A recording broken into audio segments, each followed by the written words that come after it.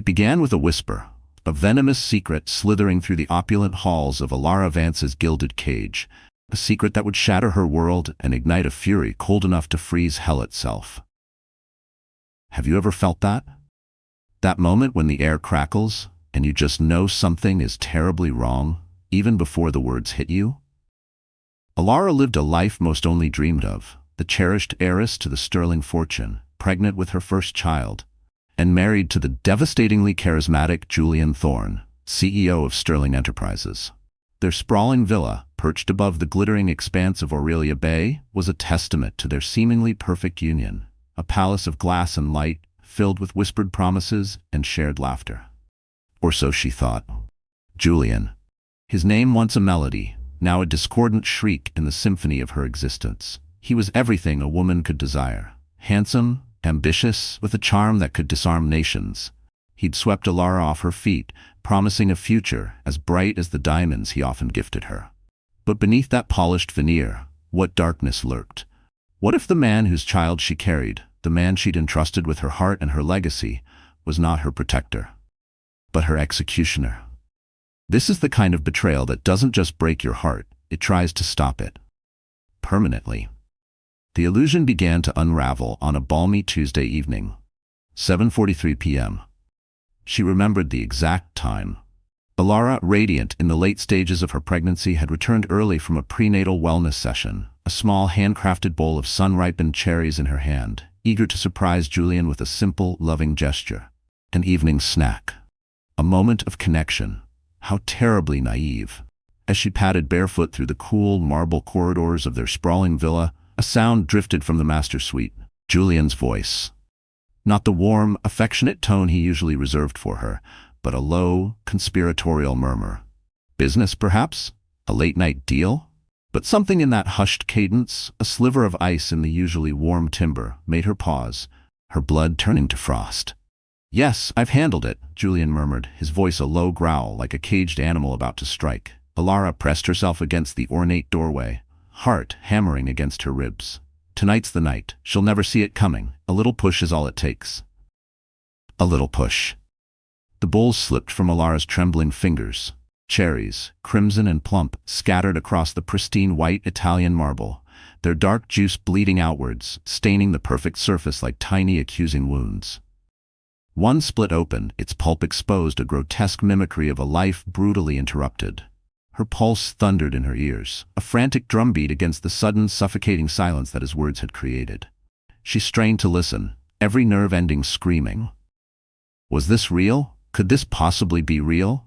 "She signed everything over last week," Julian continued, his voice now laced with a smug, chilling satisfaction that twisted Elara's insides. "The will, the sterling assets, the offshore accounts, it's all mine now. Or ours." A soft, feminine laugh, tinkling and cruel, joined his. Livia Chen, Julian's ambitious, serpentine vice president. His mistress.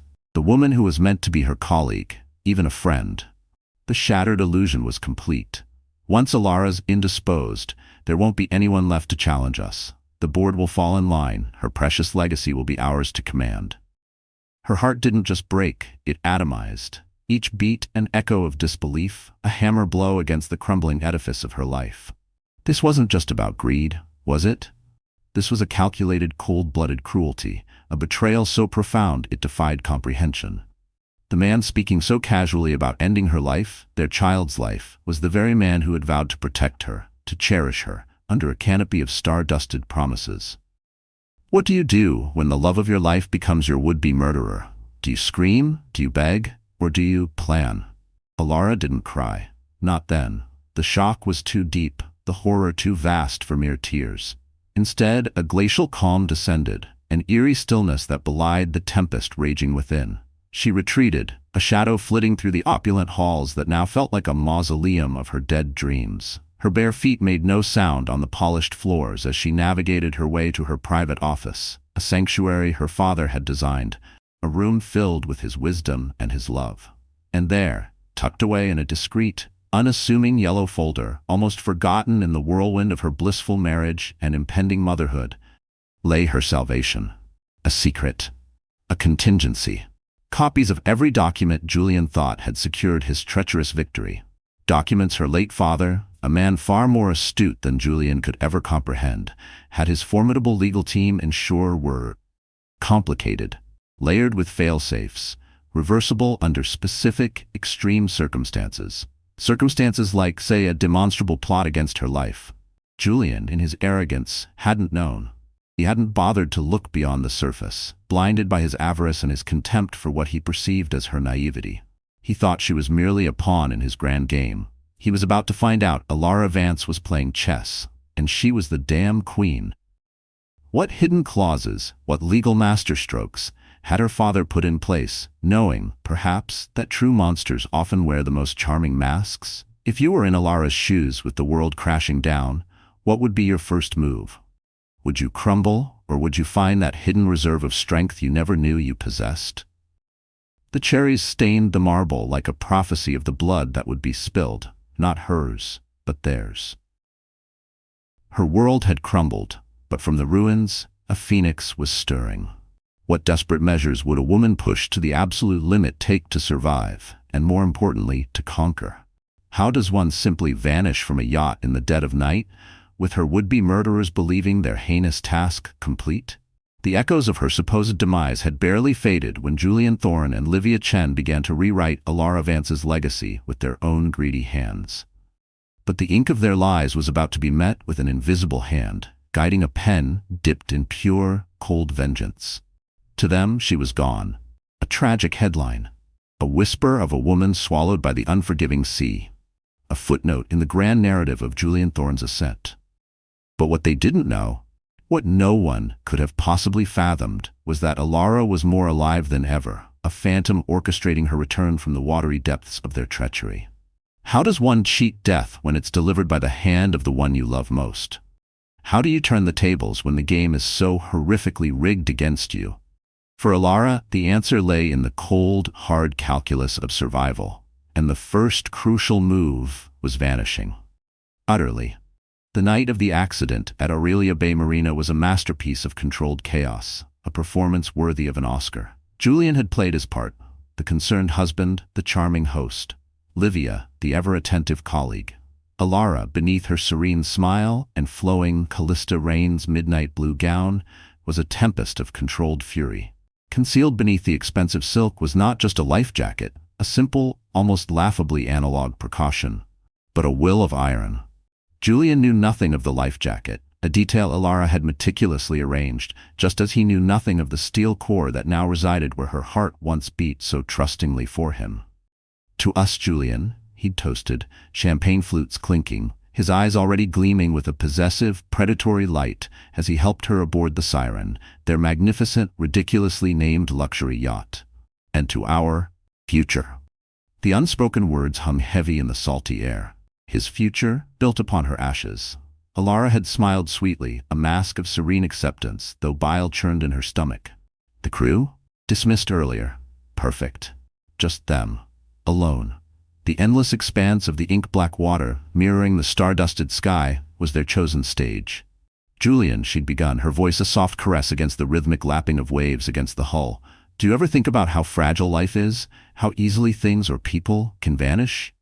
A flicker of something in his eyes, unease, or just impatience. He'd stiffened, his grip on her waist, initially possessive, now feeling like a vice. "What are you saying, darling?" "Nothing," she'd laughed lightly, a breathy, almost girlish sound. "Just thinking aloud." Liar. She was thinking about the compact, waterproof distress beacon tucked into the life jacket, about the silent, dark-clad figure of Reese, her late father's former head of security, and now her staunchest ally, waiting in a cloaked speedboat just beyond the marina's glittering lights. Reese. A man of few words but unshakable loyalty, a man who owed her father his life, and now was repaying that debt to his daughter.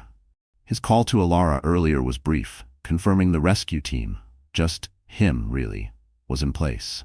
"No lights, no sound, Miss Vance. Dark clothes. Wait for my signal. Are you absolutely sure about this?" His voice, usually so stoic, had been laced with a rare thread of concern. "For now, Riss," she'd replied, her own voice a cool counterpoint to his. "But Julian thinks he's orchestrating a tragedy tonight. Let's give him exactly what he expects, until we don't." The audacity of it all. Can you imagine the sheer nerve? Then came the moment she'd been steeling herself for, the question dripping with a grotesque feigned tenderness. "Do you trust me, Elara?" She'd met his gaze, her own carefully unreadable, a placid lake masking a maelstrom. "With my life, Julian." Oh, the irony. It was almost enough to make her laugh for real. And then, the shove. Ruthless, efficient. His hands, the same hands that had once caressed her, now brutal weapons, propelling her backward towards the churning black water. For a split second, as the cold air rushed past and gravity took its inexorable hold, time itself seemed to freeze. The glittering lights of Aurelia Bay tilted crazily. Then, the icy shock of the water, a brutal baptism. But underneath the surface, Elara was eerily calm. The life jacket, a marvel of slimline technology, buoyed her upwards, but she fought its pull, staying submerged, counting 1 Mississippi, 2 Mississippi. Above, she could hear Julian's frantic footsteps, his muffled curses, a performance no doubt for any unseen audience, or perhaps a sliver of genuine panic that his golden goose had sunk too quickly. "Elara! Elara! Where are you?" His voice, a theatrical blend of horror and despair. 30 seconds, 60. Then, a soft kick, propelling herself towards the pre-arranged rendezvous point, a dark shadow against the slightly less dark water. Strong arms, Rissa's arms, hauled her aboard the idling speedboat, its engine a barely perceptible thrum. "You're safe, Elara," he whispered, his voice rough with emotion. Safe. What an alien concept. She glanced back at the siren, its silhouette a rapidly fading monument to betrayal. "Let him think he won, Reese," she said, her voice a sliver of ice, no longer the gentle heiress, but someone new, someone forged in treachery's fire. "Because this game, it's far, far from over. Have you ever been pushed so far that you discovered a version of yourself you never knew existed? A harder, colder, more calculating you?" That was Elara now. 4 days later, the world mourned Elara Vance Thorne, or rather, the idea of her. Headlines screamed of the unthinkable tragedy. Pregnant sterling heiress lost at sea.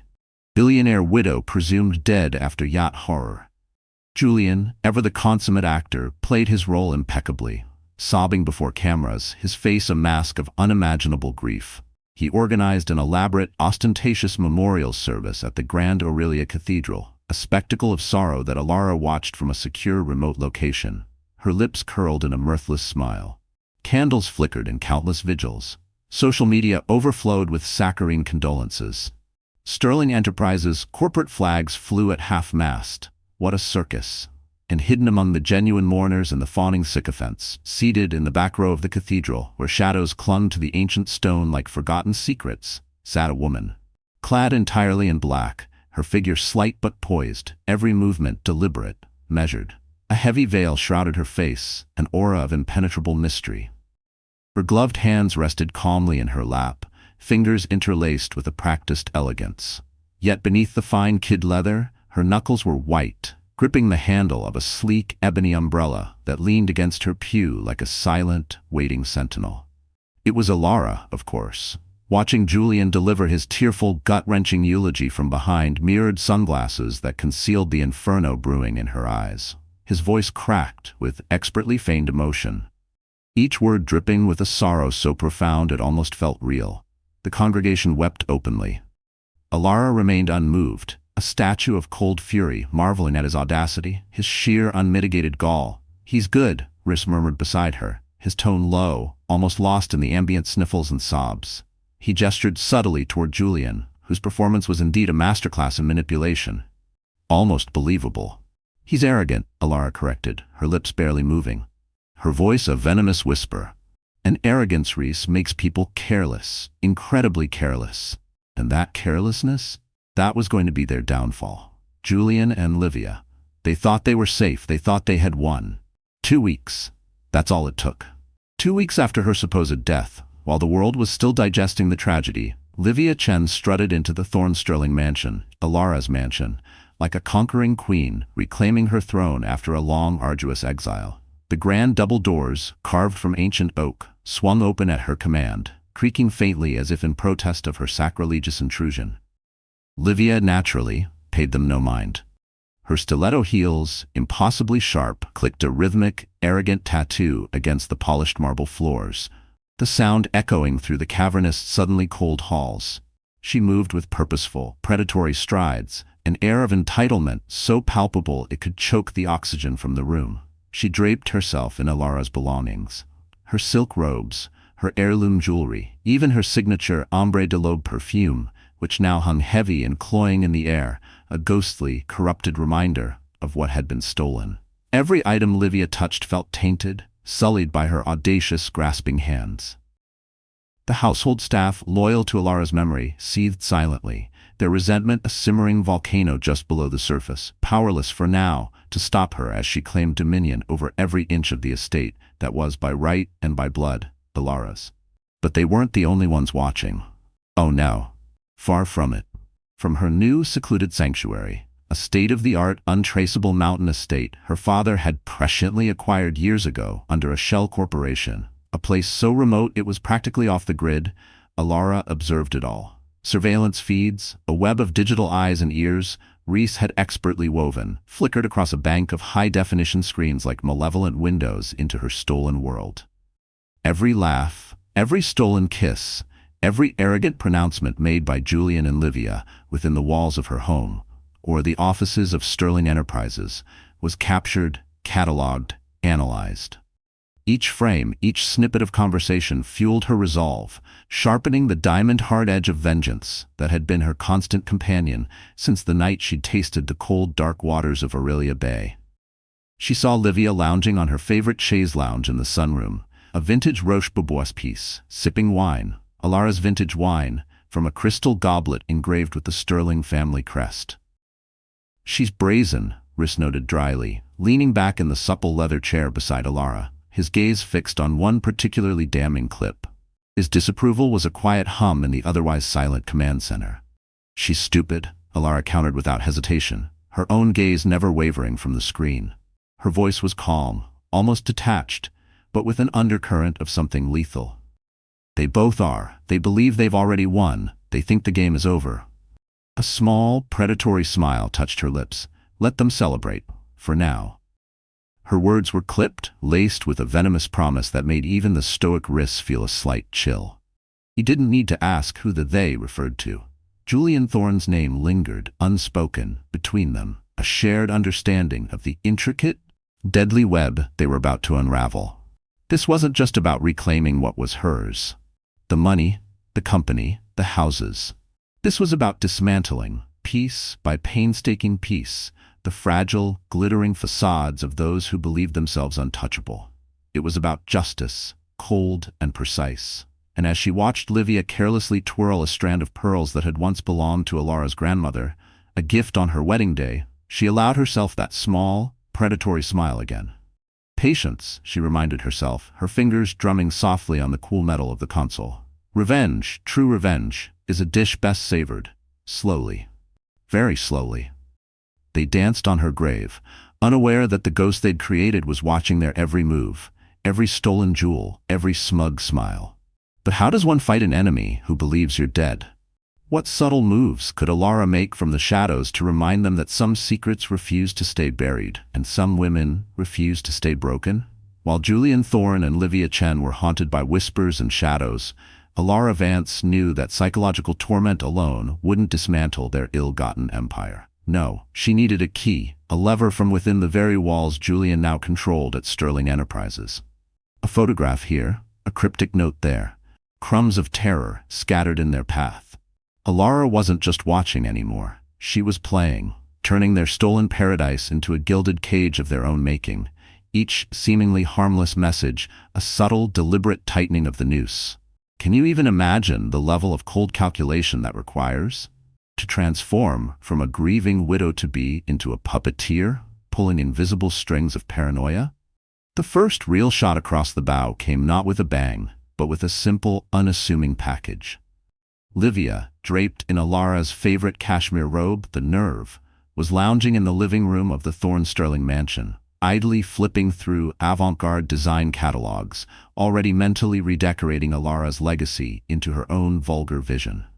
Champagne flute balanced precariously, of course.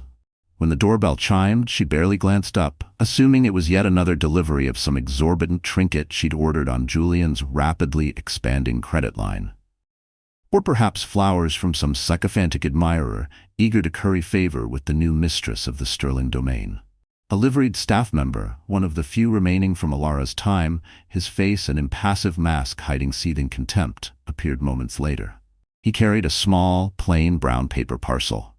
No return address. Just Livia's name, scrolled elegantly across the front in a looping cursive that seemed almost too refined, familiar. Livia, ever the opportunist, tore into it without much thought, expecting something frivolous. Jewelry, perhaps? Designer samples catering to her insatiable expensive tastes? But as she unfolded the wrapping, her breath hitched. Sharply, like a fishhook in her throat. Inside lay a single, slightly frayed Polaroid photograph. It depicted her and Julian aboard the Siren. On that fateful night, the night Elara had supposedly perished in the unforgiving black waters of Aurelia Bay.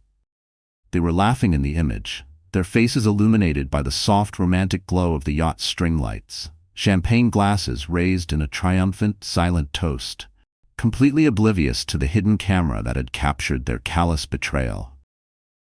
Livia's fingers, usually so steady as she signed million-dollar contracts or dismissed underlings, trembled violently. She turned the photograph over, a sickening dread pooling in her stomach like molten lead. Written neatly on the back, in ink so precise it might have been typed by a machine, were 5 chilling words: "Guilt stains deeper than salt water." She dropped the photo as if it had burned her skin, recoiling instinctively, a choked gasp escaping her perfectly painted lips. For a horrifying moment, the opulent room, with its priceless antiques and panoramic views of the bay, spun around her. The luxurious surroundings suddenly felt suffocating, claustrophobic, as if the very walls were closing in, silent, judging witnesses to her crime. Panic, raw and primal, clawed at her chest, rising swiftly until it choked off any semblance of her usual icy composure. "Julian!" she screamed, her voice a raw, terrified shriek that sliced through the quiet hum of the mansion like shattered glass. "What would you do if a ghost from your past sent such a pointed, terrifying message? Would you confess? Or would you double down on the lie?" Footsteps thundered down the grand staircase seconds later.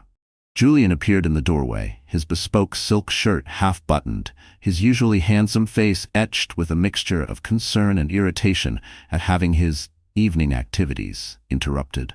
What in God's name happened?" he demanded, striding toward her quickly, his tone urgent.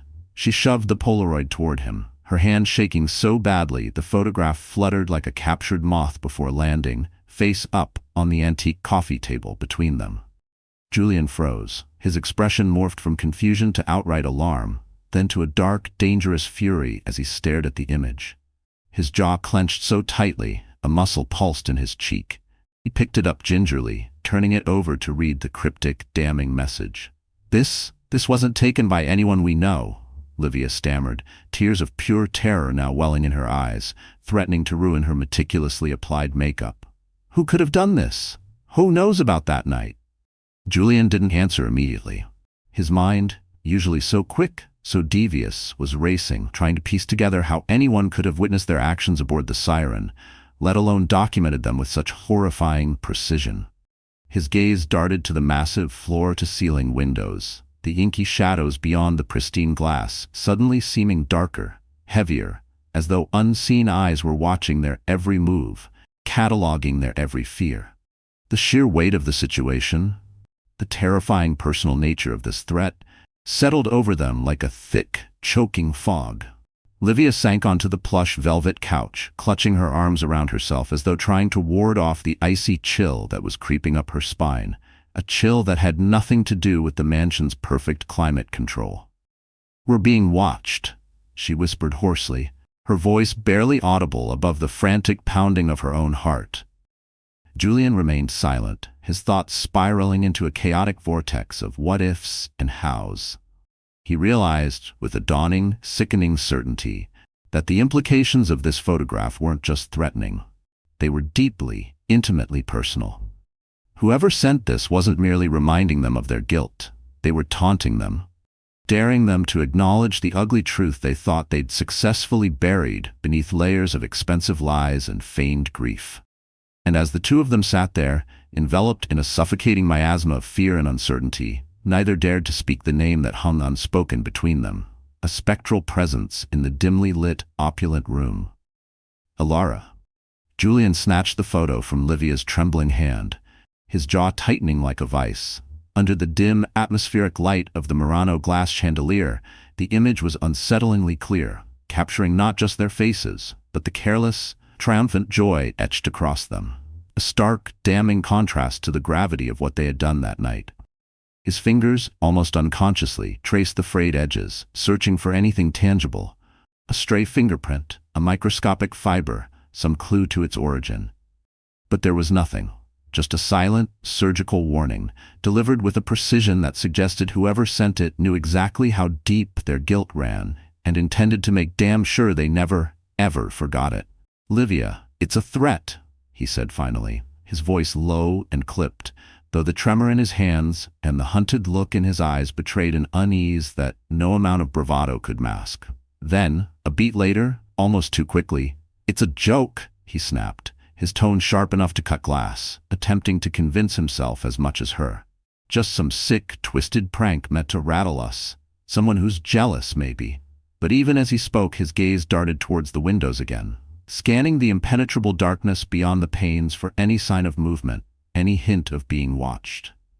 But Elara knew better. Oh, she knew. From her hidden perch, a discreet, untraceable observation point across the bay, a rented room with a powerful telescope, one of many such precautions, she watched through high-powered, image-stabilized binoculars as Julian paced the length of her living room.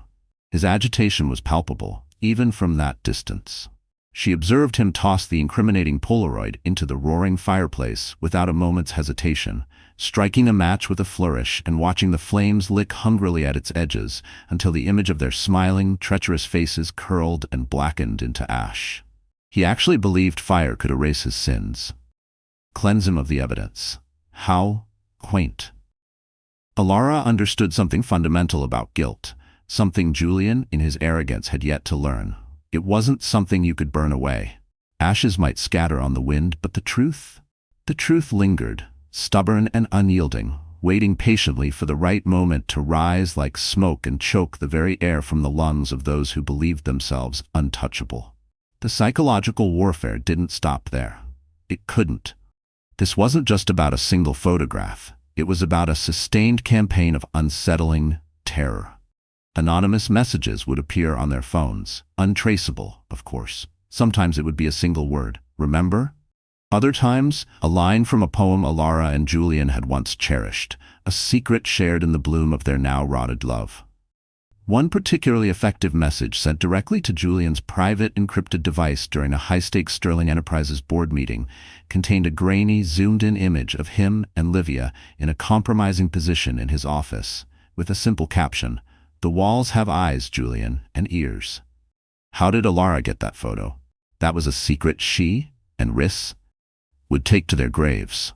The point was, Julian's paranoia began to eat him alive.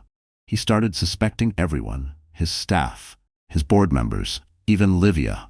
The trust between the two villains, already a fragile thing built on shared criminality and ambition, began to fray. Arguments became more frequent, their hushed, angry whispers often captured by Elara's discreetly placed listening devices. Livia, for her part, was a fascinating study in unraveling. Was it guilt that gnawed at her, or just the primal fear of being caught and losing the luxurious life she'd murdered for? Elara suspected the latter. Livia had always been ambitious, ruthless even, but she lacked Julian's steely nerve, his sociopathic ability to compartmentalize. She started drinking more. Her public appearances became more strained, her smiles more brittle. She'd jump at sudden noises, her eyes constantly darting around, searching for the unseen threat that Elara had so expertly conjured. One evening, a single perfect white rose, Elara's favorite, a flower Julian used to fill their home with, was found on Livia's pillow. No note, just the rose. Livia's scream had apparently been heard 3 blocks away. Publicly, Julian Thorne was the epitome of a powerful, grieving widower, helming Sterling Enterprises with a firm hand, his beautiful, capable vice president, Livia Chen, always by his side. They projected an image of strength, of resilience in the face of tragedy. Privately, however, their stolen life was becoming a living hell, a constant, nerve-shredding dance on the edge of exposure. Elara watched them, a silent, unseen conductor, orchestrating their descent into madness with the chilling precision of a master. She was turning their stolen paradise, their blood-soaked kingdom, into a gilded cage of their own terrified making. Each harmless message, each inexplicable occurrence, was another twist of the knife, another tightening of the invisible noose. The question wasn't if they would break, but when. And what would happen when they finally did?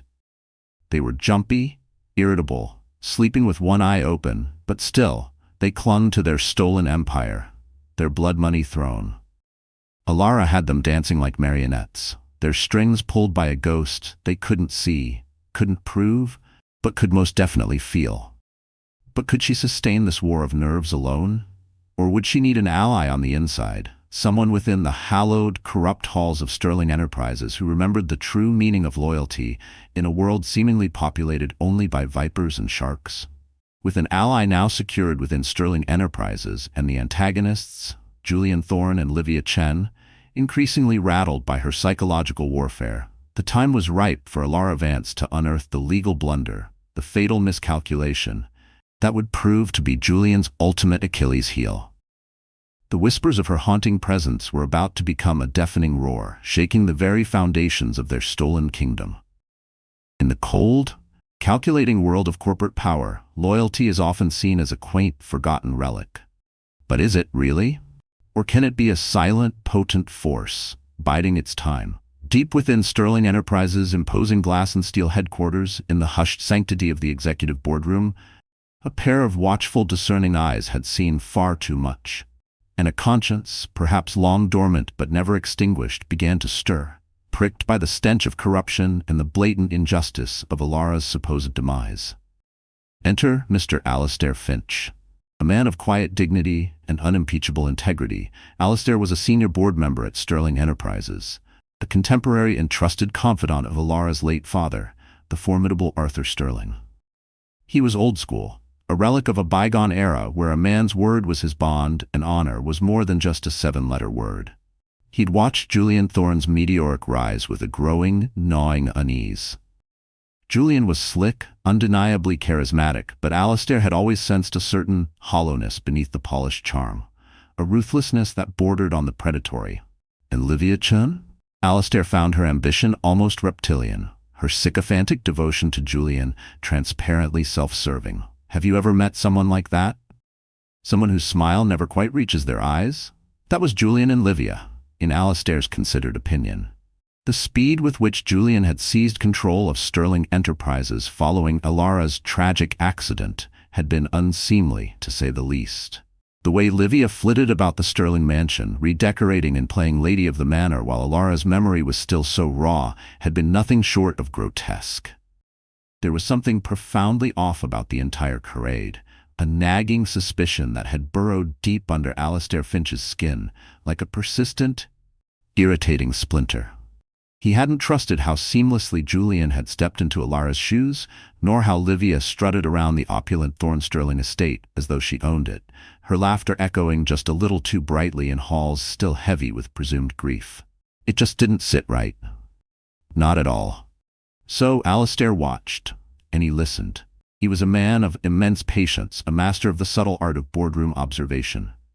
During board meetings, while Julian delivered his smooth, manipulative speeches about honoring Elara's legacy, by restructuring the company in his own image, and for his own benefit, naturally, Alistair would sit at the far end of the massive mahogany table, his weathered face impassive, his sharp, intelligent eyes missing nothing. He noted the other board members, most of them younger, more susceptible to Julian's charm, or perhaps intimidated by his newfound power, nodding along, lulled by his polished rhetoric. But Alistair saw the cracks, the desperation masquerading as vision, the arrogance that always eventually leads to carelessness. What do you think? Is loyalty a dying virtue in the cutthroat world of big business, or are there still a few good men like Alistair Finch left? It's a question worth pondering, isn't it? The turning point, the moment Alistair's passive observation began to morph into active consideration, was the lavish, ostentatious party Julian threw at the Sterling estate. A Ostensibly, it was to honor what would have been Elara's 31st birthday. A tribute to her life, as Julian had unctuously told the press, his words laced with a faux sentimentality designed to paint him as the grieving, devoted widower. Privately, however, everyone with half a brain knew it was something far more insidious. A coronation. A declaration of dominance. A bold, brazen assertion that the sterling legacy now belonged to him, Julian Thorne, and his new queen, Livia Chen. Alistair attended, of course. He had to. To refuse would have raised suspicion. He moved through the glittering throngs of Aurelia Bay's elite, a ghost at the feast, his expression carefully neutral. Champagne flowed like water. A jazz quartet played soft, melancholic melodies that were entirely at odds with the celebratory, almost predatory gleam in Julian's eyes. And Livia? Livia shimmered in a form-fitting black sequin dress that left little to the imagination, her figure accentuated, her laughter a little too loud, a little too forced. Around her slender wrist, like a vulgar trophy, gleamed Elara's diamond tennis bracelet, the one Arthur Sterling had gifted his daughter on her 21st birthday. Alistair felt a cold fury rise within him. How dare they?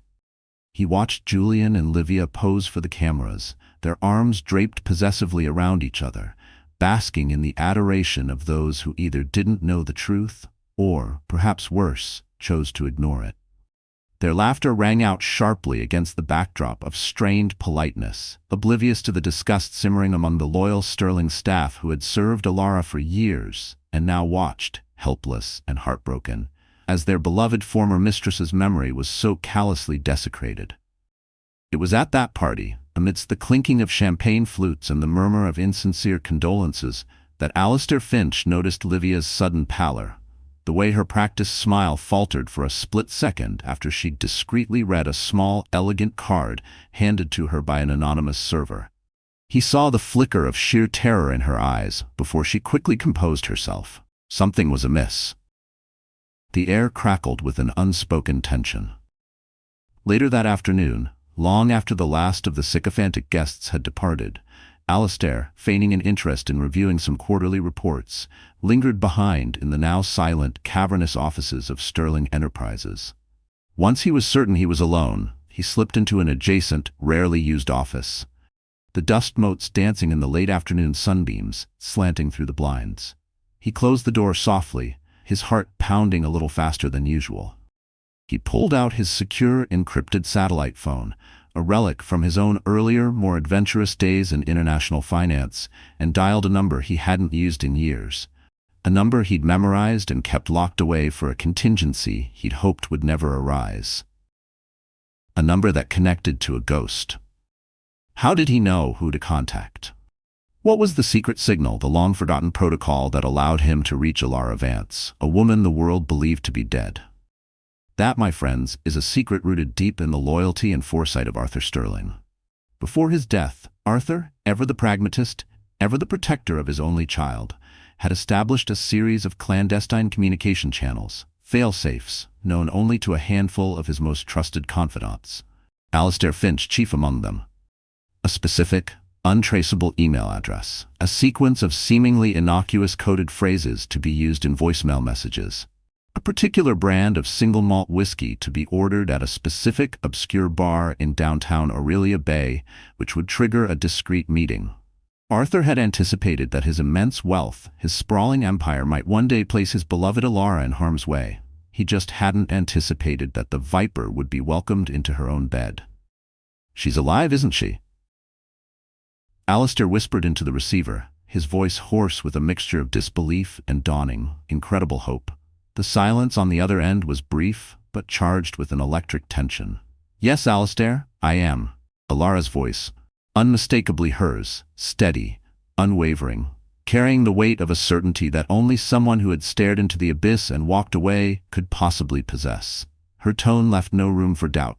This wasn't a plea or a request. It was a statement of fact. A declaration of war. "And Alistair," she continued, a new, steely resolve in her voice that he'd never heard before, "I need your help."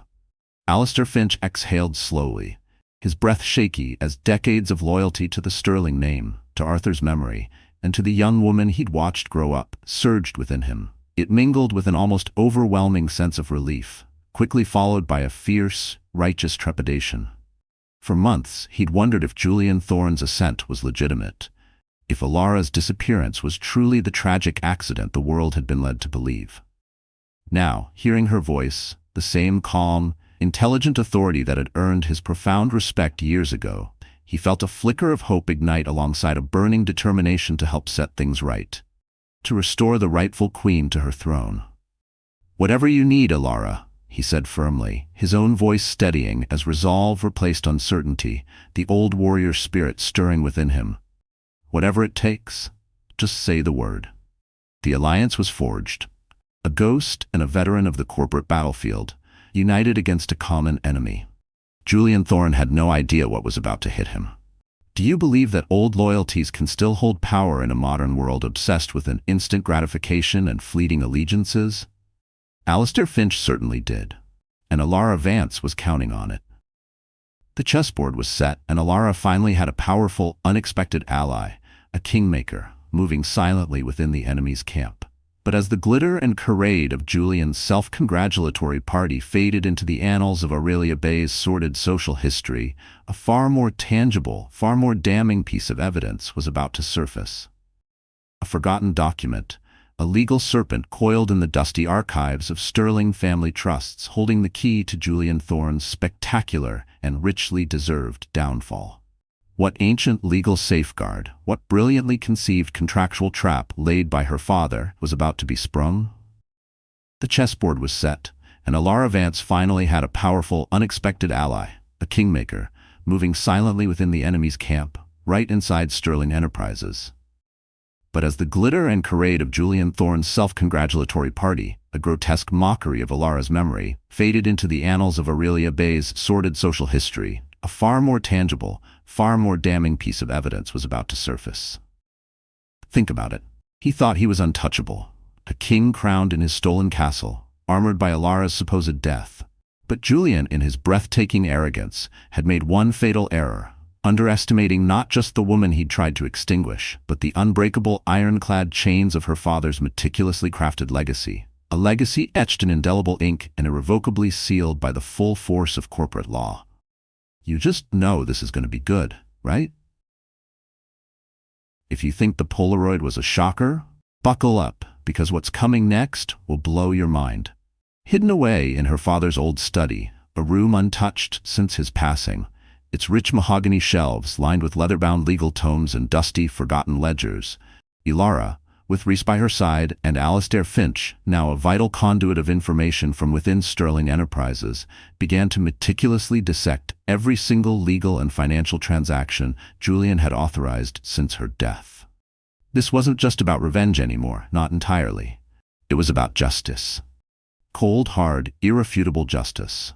Her fingers, nimble and surprisingly steady, flew across the encrypted keyboard of her high-spec laptop, pulling up document after document from the secure servers Reese had established.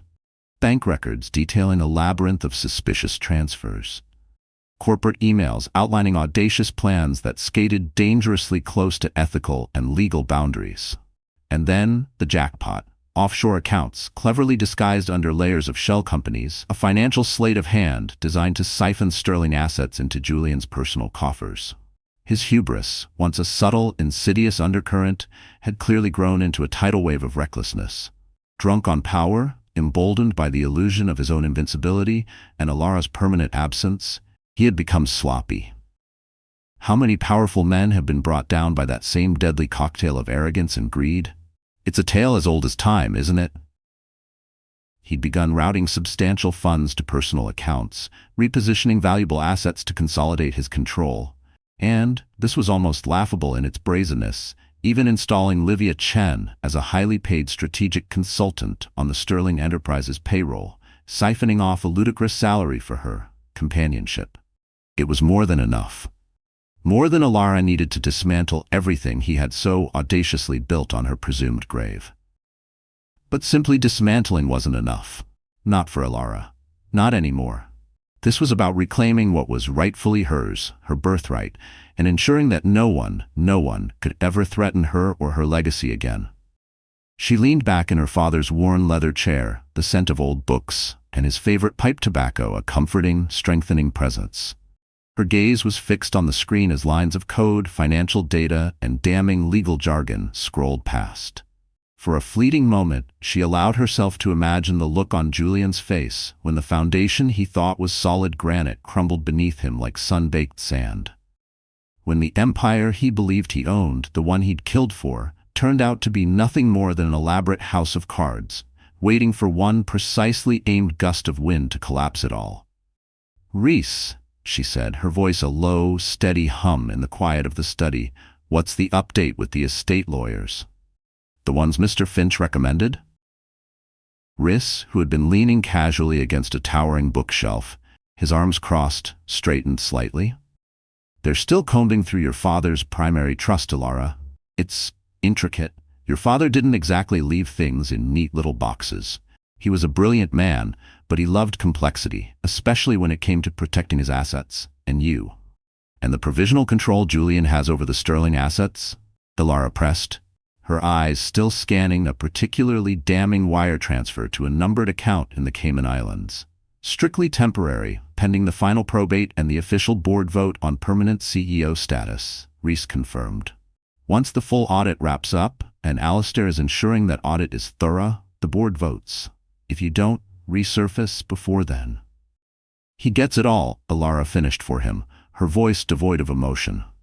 The screen showed Livia, preening in a newly acquired diamond necklace, Elara's diamonds, popping a champagne-soaked strawberry into her mouth with an exaggerated flourish that made Elara's lip curl almost imperceptibly.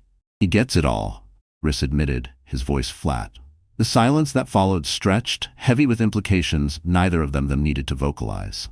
Elara exhaled slowly, a long, measured breath.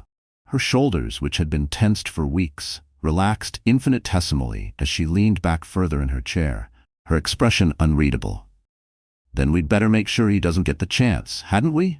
she said simply, her tone carrying the finality of a judge's gavel striking wood. It was Alistair Finch, bless his principled heart, who unearthed the true serpent in Julian's ill-gotten paradise. During one of his late-night reviews of archived Sterling family trust documents, a task Julian had contemptuously dismissed as dinosaur duty for the old guard, Alistair stumbled upon something extraordinary. A clause so deeply buried, so cleverly worded, it was a masterpiece of legal foresight. Arthur Sterling, it turned out, had indeed been playing chess on a level Julian couldn't even conceive of. "Elara," Alistair's voice crackled with suppressed excitement over their secure communication line a few days later. "I think I've found it. The silver bullet. Your father. My God, he was a genius." He then proceeded to explain. Deep within the convoluted, almost unreadable text of the primary Sterling family trust, a document running to several hundred pages, was a specific, non-negotiable stipulation. Let's call it Clause 17b, subsection alpha. This clause, almost poetic in its brutal simplicity, stated that in the event of demonstrable foul play against the primary beneficiary, Elara, or any irrefutable evidence of gross fiduciary misconduct by the acting trustee or CEO before their permanent instatement, all assets, every last penny, every stock certificate, every property deed, every shred of influence tied to the Sterling name, would immediately and irrevocably revert to a secondary emergency founding trust. A trust controlled by a panel of 3 long-standing, fiercely loyal, and utterly incorruptible trustees, one of whom was Alistair Finch himself. But here's the kicker, the part that made Elara's breath catch in her throat. The activation of Clause 17b didn't just freeze assets. Oh no. It automatically triggered an immediate full emergency board review of the acting CEO's conduct. It would strip Julian of any semblance of control, expose every shady deal, every illicit transfer, every lie he'd ever told. It would leave him naked, vulnerable, and utterly catastrophically powerless. It was, in essence, a corporate kill switch. And Julian, in his haste and arrogance, had either completely overlooked it or, more likely, hadn't understood its devastating implications. What a monumental oversight. Can you believe the sheer, unadulterated arrogance it takes to attempt to steal an empire without even reading the fine print? It's almost comical, if it weren't so deadly serious. Don't you just love it when the bad guys are not only evil but also colossally stupid? Drop a comment below if you've ever seen arrogance lead to someone's spectacular downfall. The moment Alistair Finch finished explaining, Elara knew. This was it. The weapon she needed. The one that would not just wound, but annihilate. That evening, as Julian and Livia hosted yet another ostentatious dinner party at the Sterling Mansion, this one for a group of influential international investors, Julian was trying to woo. Elara made her move. From her mountain fortress, with Reese coordinating the technical aspects, she drafted an email. It was sent from a freshly created, untraceable account. The subject line was deceptively simple, yet utterly damning. You should have checked the will twice, Julian. Attached was a single, scanned PDF. Clause 17b, subsection alpha, highlighted in blood red. Inside the glittering dining room of the Sterling Mansion, Julian's phone, resting beside his gold-rimmed dinner plate, buzzed softly. He glanced at it, a flicker of irritation crossing his face at the interruption. He was mid-flow, charming and notoriously difficult Swiss banker. Then he saw the subject line. His blood ran cold. Colder still as he tapped open the attachment, his eyes scanning the highlighted legal text. Each word felt like a physical blow, each subclause a dagger twisting deeper into his carefully constructed composure. The crystal champagne flute in his hand trembled, threatening to shatter. Livia, seated beside him, noticed the change instantly. The way his jaw clenched, the way the color drained from his face, leaving it a ghastly, pasty white. The almost imperceptible tremor in his hand as he gripped his phone so tightly, his knuckles were bone-white. "Julian, what is it?" she whispered urgently, leaning closer, her own earlier unease flooding back with a vengeance. Julian didn't respond immediately. His mind, a maelstrom of rage, disbelief, and dawning, ice-cold panic, struggled to process the implications of what he was reading. When he finally spoke, his voice was barely audible, choked, strangled. We've been played." Across the digital ether, Elara watched the chaos begin to unfold on her surveillance feeds. A small, almost imperceptible smile touched her lips. The trap was sprung. The serpent's coil was tightening. The evidence was irrefutable. A ticking time bomb set to explode, and Julian Thorne's stolen empire, built on a foundation of lies and blood, was about to come crashing down. The final act was approaching. Where would the ultimate confrontation take place, and could Elara, the woman they thought they'd destroyed, finally face her tormentors and reclaim her throne, not just of wealth, but of justice? Armed with the ultimate weapon, the truth, meticulously compiled and utterly irrefutable, Elara Vance prepared for the final, stunning confrontation. The stage was no longer the shadowy, clandestine world of covert surveillance and whispered, anonymous threats. No. The endgame would play out in the very heart of Julian Thorne's stolen power. The gleaming, imposing Sterling Enterprises boardroom on the 40th floor, where decisions that shaped empires were made, and where, on this particular Monday morning, a usurper king was about to have his coronation spectacularly and very publicly gate-crashed. Can you even begin to imagine the audacity, the sheer, unadulterated nerve it would take to walk back into the viper's nest, knowing what they tried to do to you? What would be going through your mind? Monday morning crept into Aurelia Bay like a brewing tempest. Silent, oppressive, the air thick and crackling with an unspoken anticipation. Inside the towering glass and steel fortress of Sterling Enterprises, sunlight refracted through the floor-to-ceiling windows, casting fragmented, almost mocking rainbows onto the polished Italian marble floors. Employees shuffled through the grand lobby, their hushed whispers a nervous soundtrack to the impending drama. Speculation was rife. Rumors of internal audits, hushed allegations of gross misconduct, and even darker, more scandalous whispers involving Julian Thorne himself. Yet no one dared speak too loudly, fearful of being overheard by the wrong ears, in a corporate culture now steeped in paranoia and sycophancy.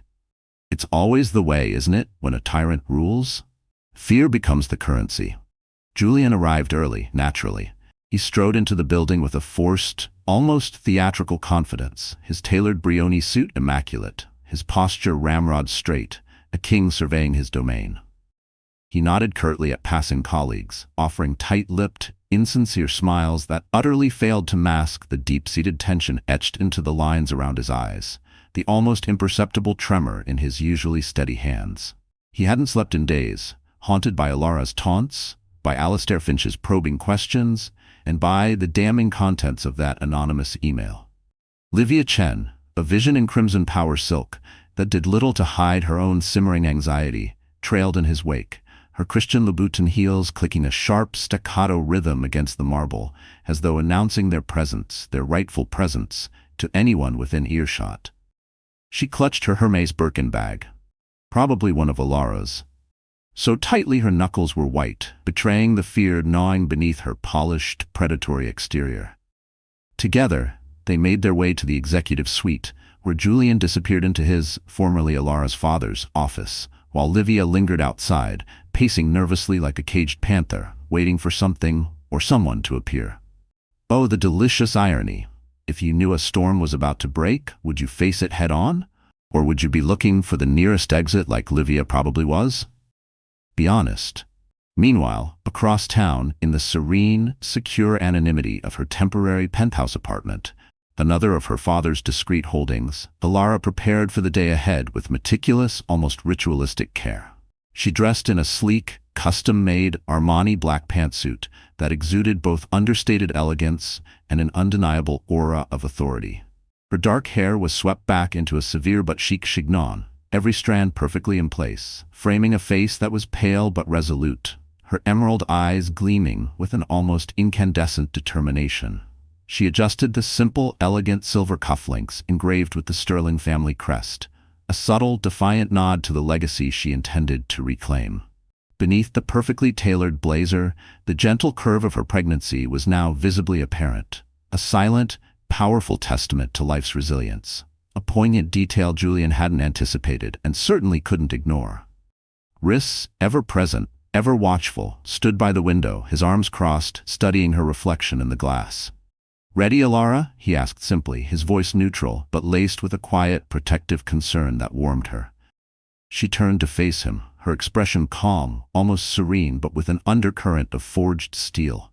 "More than ready, Rhys," she replied softly, her voice as steady as a surgeon's hand as she slipped a small, innocuous-looking flash drive, containing enough damning evidence to bury Julian and Livia for a lifetime, into her pocket. "Let's finish this." The storm wasn't just here. Elara was the storm, and she was about to unleash its full, cleansing fury upon Sterling Enterprises. Don't you just get chills thinking about this moment? The executive board of Sterling Enterprises convened on the 40th floor, ensconced in the private, soundproofed conference room. The atmosphere was thick with tension, yet deceptively serene, a stark, almost surreal contrast to the cataclysmic turmoil brewing just beneath its carefully curated, polished surface.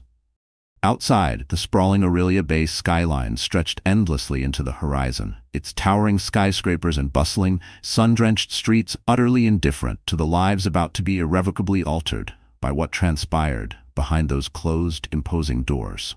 Julian stood at the head of the massive, antique rosewood table, his posture rigid but trying for poised, exuding an air of manufactured confidence that barely masked the inferno of fear and rage raging inside him.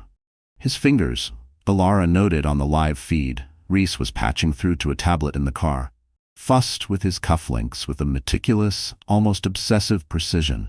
Each tiny movement a desperate attempt to assert control over something, anything, tangible amidst the chaos threatening to consume him.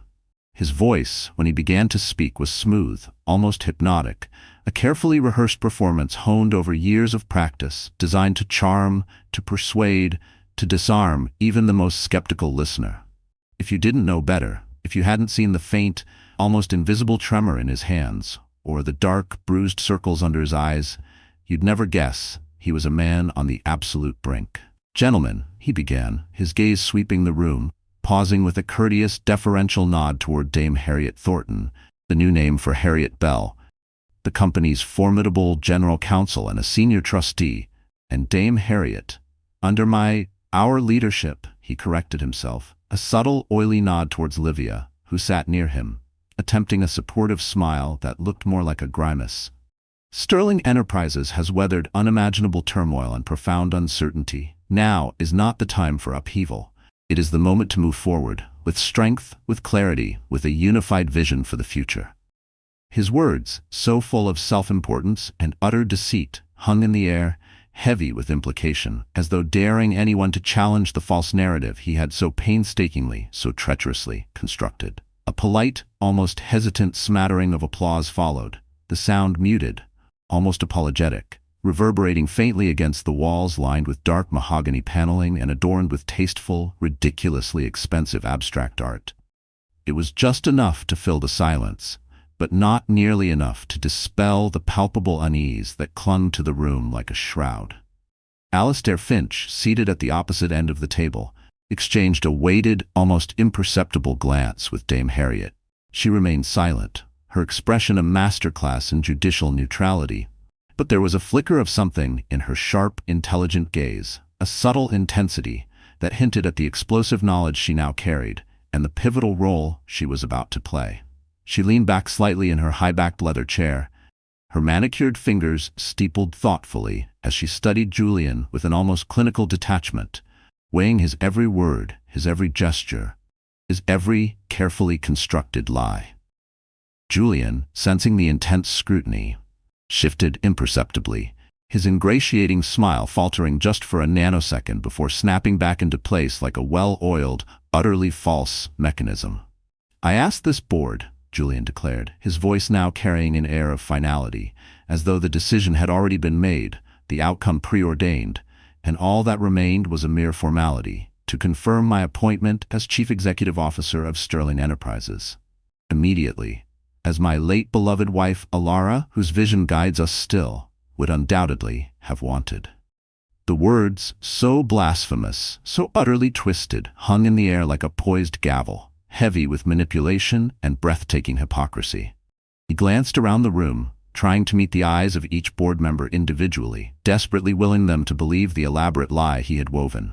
For one heart-stopping moment, it seemed to work. The chairman, a portly, easily swayed man named Bartholomew Covington, cleared his throat softly, signaling the impending vote. "Let us proceed, then," Chairman Covington announced, his voice steady but tinged with the faintest, almost imperceptible hint of hesitation, as though even he sensed the gravity, the wrongness of the moment. "All in favor of Mr. Thorne's permanent appointment." One by one, hands began to rise, slowly, cautiously, yet steadily. Julian's breath hitched audibly, though he quickly masked it with a shallow, nervous cough, his gaze darting anxiously between the raised hands and the remaining board members whose votes he so desperately needed. 5 votes already. Just one more, and victory. The culmination of months of scheming, of lying, of murdering, would be his. He allowed himself a fleeting, almost orgasmic moment of triumph, imagining the absolute power that would soon flow through his veins like liquid gold. Then came the click. The unmistakable, sharp, sudden sound of the boardroom door opening, slicing through the tension-filled silence like a guillotine blade. Every head in the room turned, in unison, drawn instinctively, electromagnetically, toward the source of the utterly unexpected interruption. And there she stood, Elara Vance Thorne, alive, radiant, impossibly, magnificently present. Her very presence, her sheer, indomitable force of will, filled the room instantly, commanding absolute attention not with theatrics, but with the quiet, devastating power of truth. She was, quite simply, breathtaking. Time itself seemed to freeze. The board members, to a man and woman, collectively held their breath, stunned into a shocked, disbelieving silence by the apparition before them. A hush so profound fell over the room it was as if a velvet curtain had dropped mid-scene, muffling the entire world outside, leaving only the palpable, suffocating weight of their collective disbelief. Julian's face. Oh, his face. It went bone white, the color draining from his cheeks as though someone had pulled a hidden plug inside him, siphoning away every last drop of his carefully constructed composure, his arrogant self-assurance. His lips parted slightly, forming her name in a hoarse, strangled whisper that barely reached the ears of Livia, who sat beside him, now looking as though she might actually physically faint. "Elara?" It wasn't a question. It wasn't an accusation. It was a confession. Raw, unguarded, utterly terrified, exposing the primal fear that had always lurked just beneath his polished, predatory exterior. One of the older board members, a man named McIntyre, gasped audibly, a sound that shattered the brittle, suffocating quiet like a pane of glass breaking. Chairs creaked as people shifted uncomfortably in their expensive leather seats, unsure whether to stand, to speak, or simply to stare, dumbfounded. Elara moved forward, slowly, deliberately.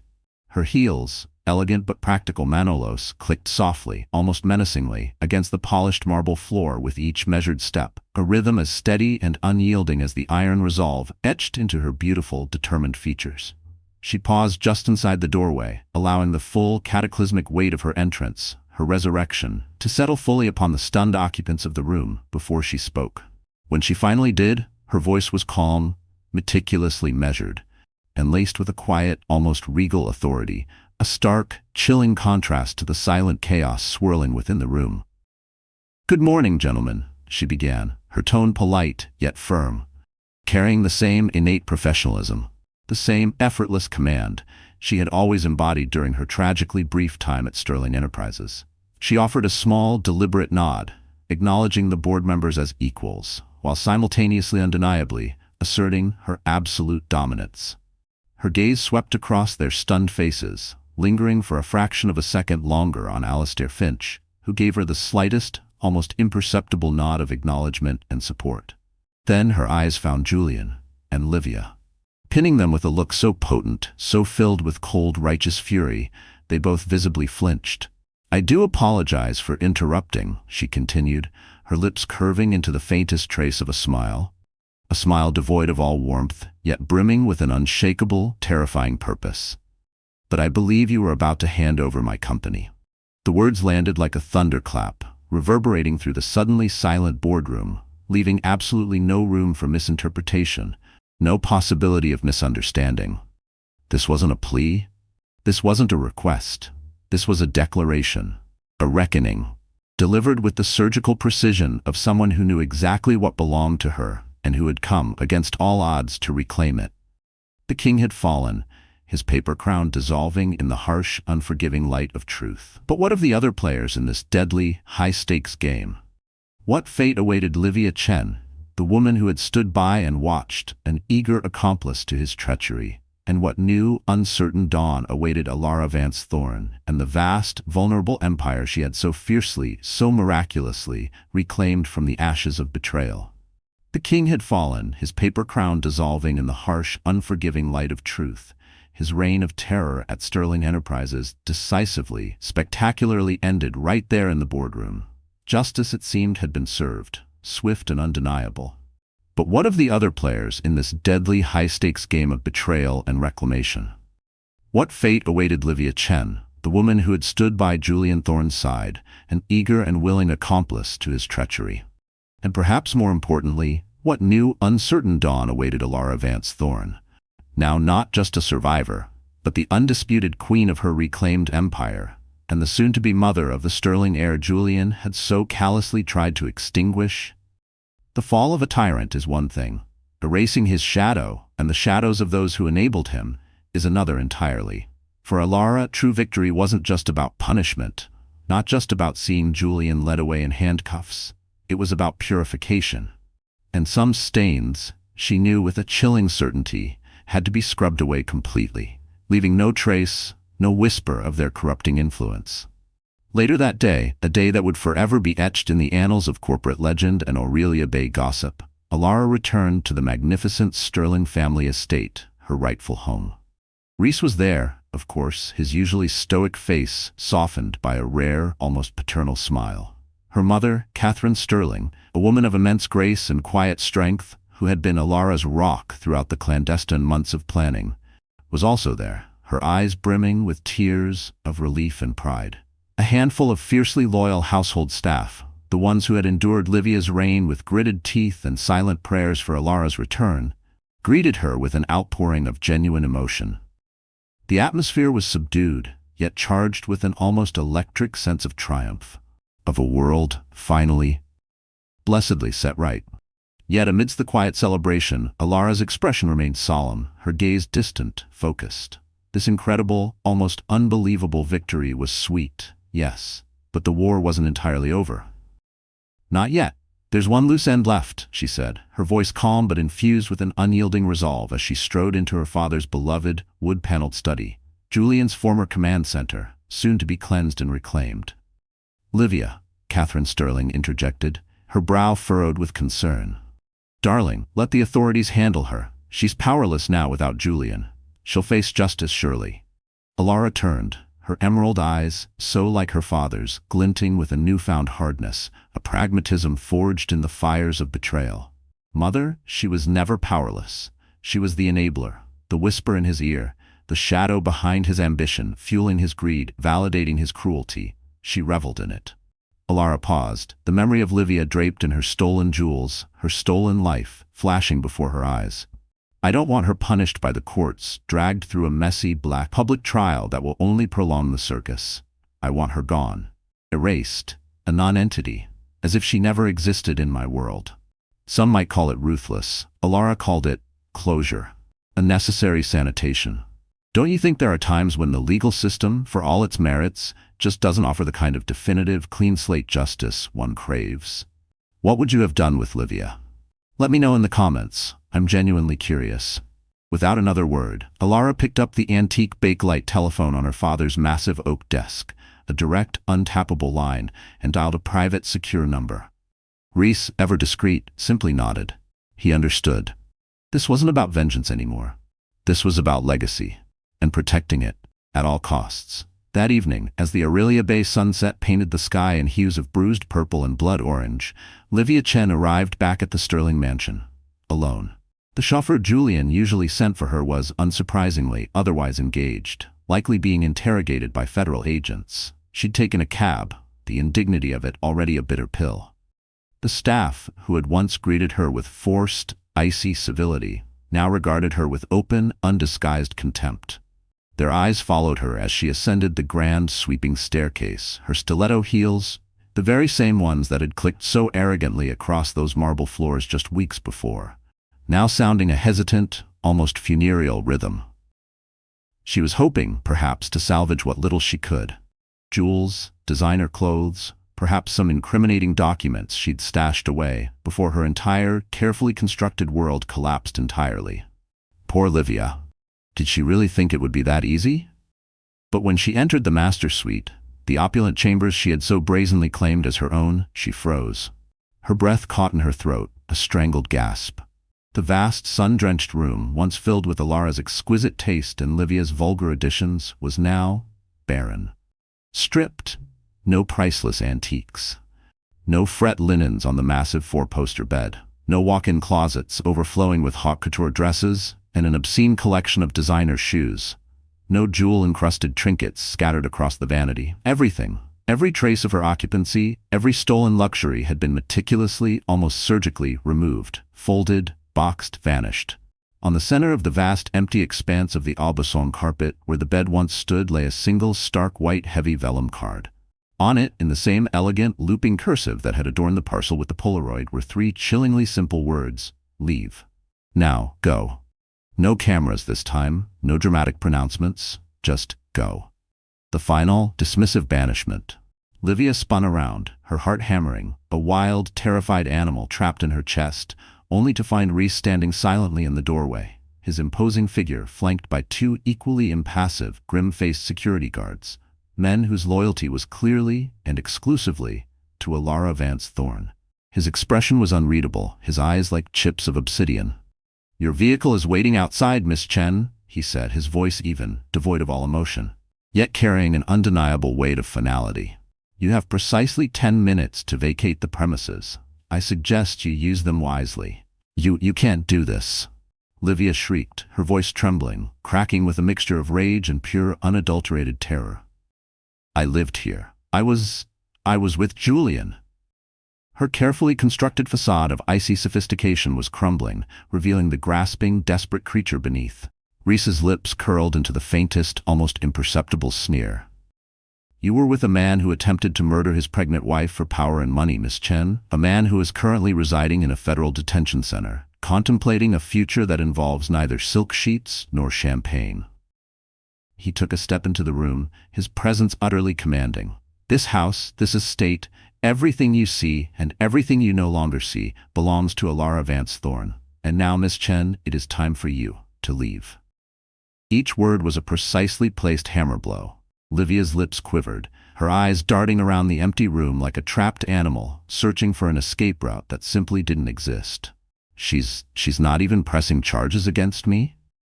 The police. No, Reese said, his voice firm, unyielding. Elara doesn't need to put you on trial, Miss Chen. She doesn't need the courts to validate her victory or to mete out your punishment.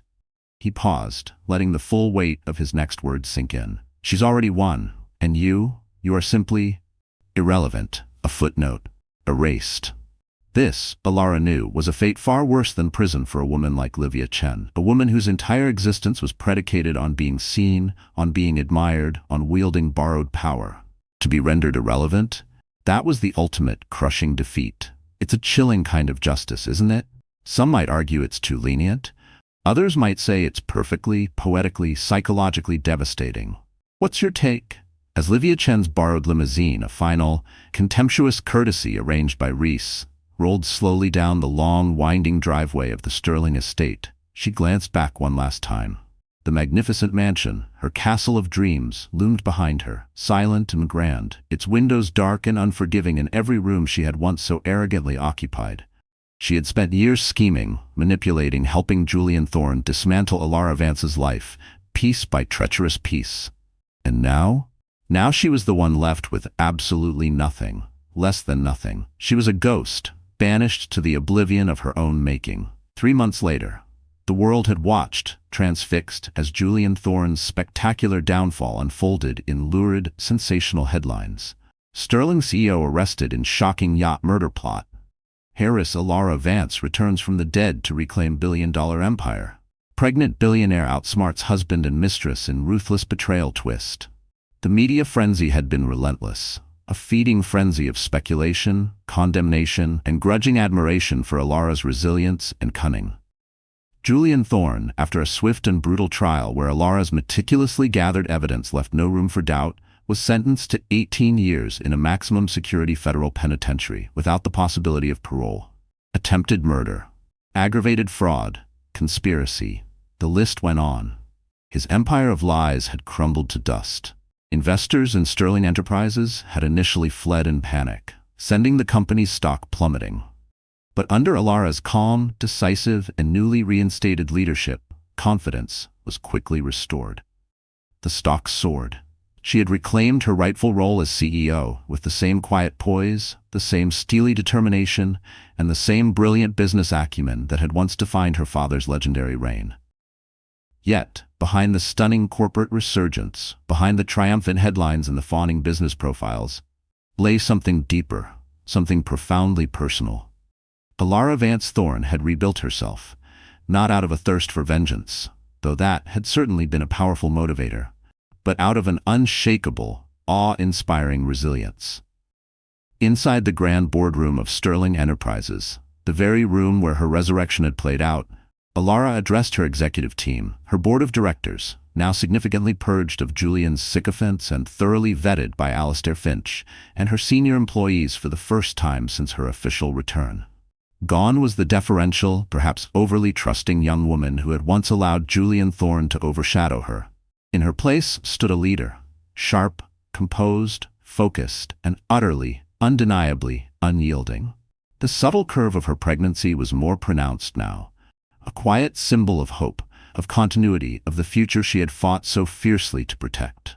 "I won't pretend," Elara began, her voice clear and steady, resonating with a newfound authority that captivated the hushed room, "that the past few months haven't changed everything. For this company, for me personally." Her gaze swept the room, meeting the eyes of her team, her allies, even those whose loyalty might still be probationary. "But I'm not here today to dwell on what happened, on the betrayals we've endured. I'm here to talk about what comes next, not just for me or for my daughter." A soft, almost involuntary smile touched her lips as she instinctively placed a hand on her rounded belly. "But for all of us. For Sterling Enterprises. This company, my company, our company, will stand for something again.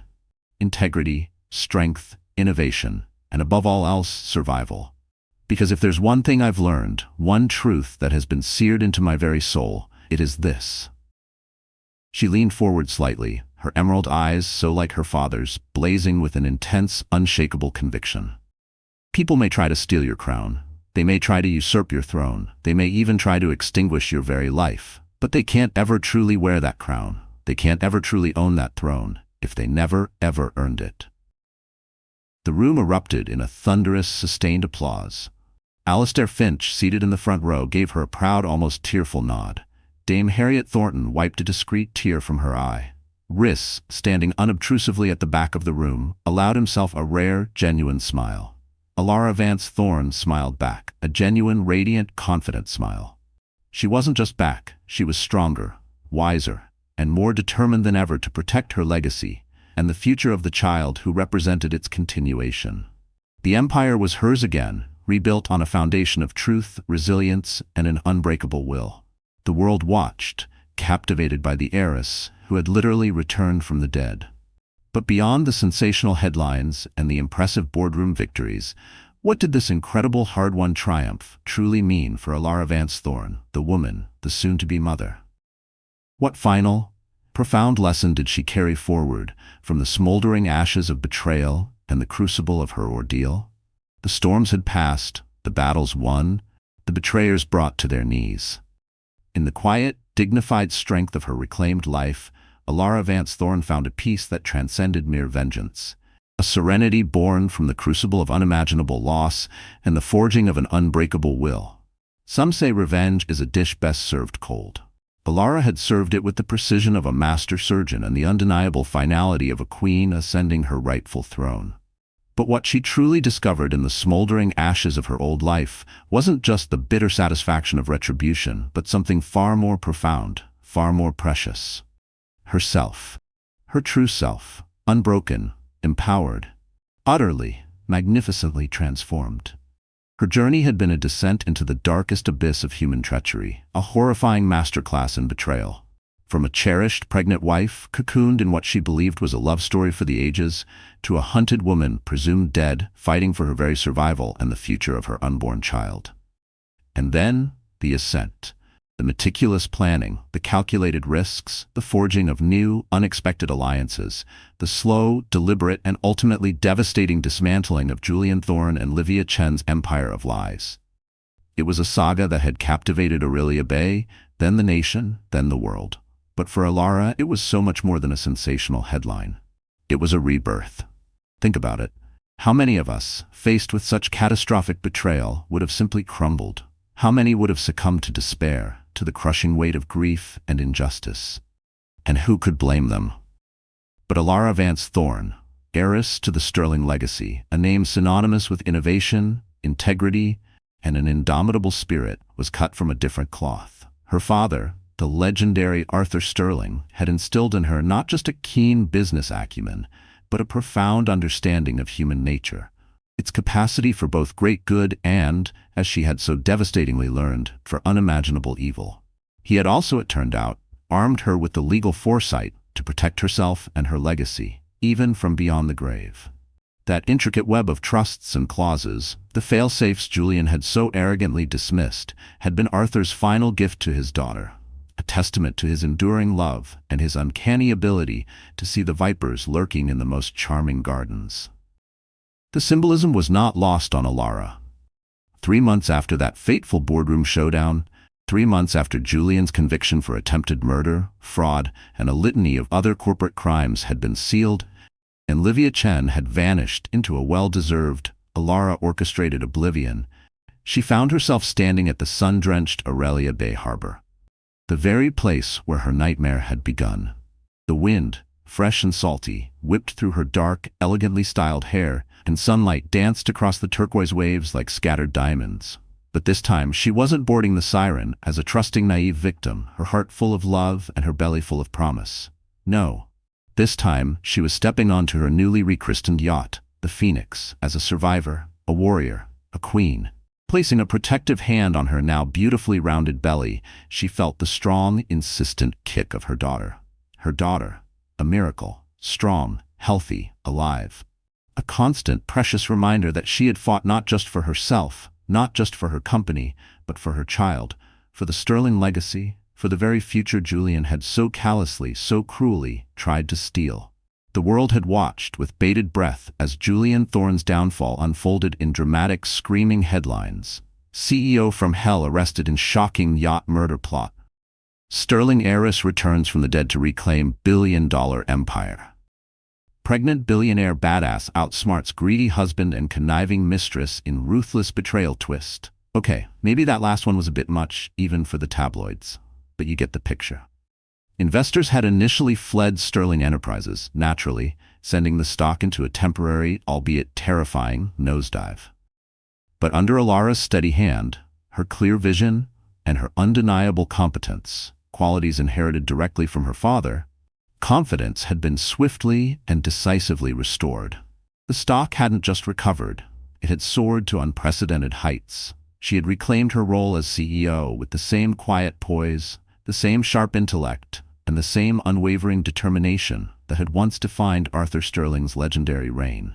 Yet, beneath the impressive corporate resurgence, behind the fawning magazine covers and the breathless financial reports, lay something deeper. Something profoundly personal and infinitely more important.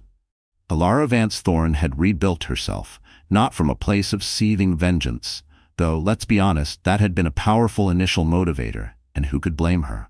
But from a place of profound resilience, of quiet strength, of an unshakable belief in the enduring power of integrity. Later that evening, after a long but exhilarating day at Sterling Enterprises, a day filled with decisive meetings, strategic planning, and the quiet satisfaction of being exactly where she was meant to be, Elara wandered alone through the grand, familiar halls of the Sterling estate.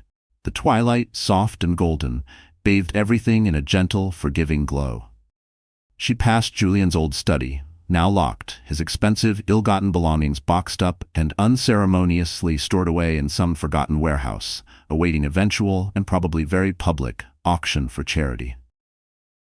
He had been sentenced, quite rightly, 18 long years in a federal penitentiary without the possibility of parole. A fitting end for a man who had tried to play God with her life, and with the legacy of a man whose shoes he could never ever hope to fill.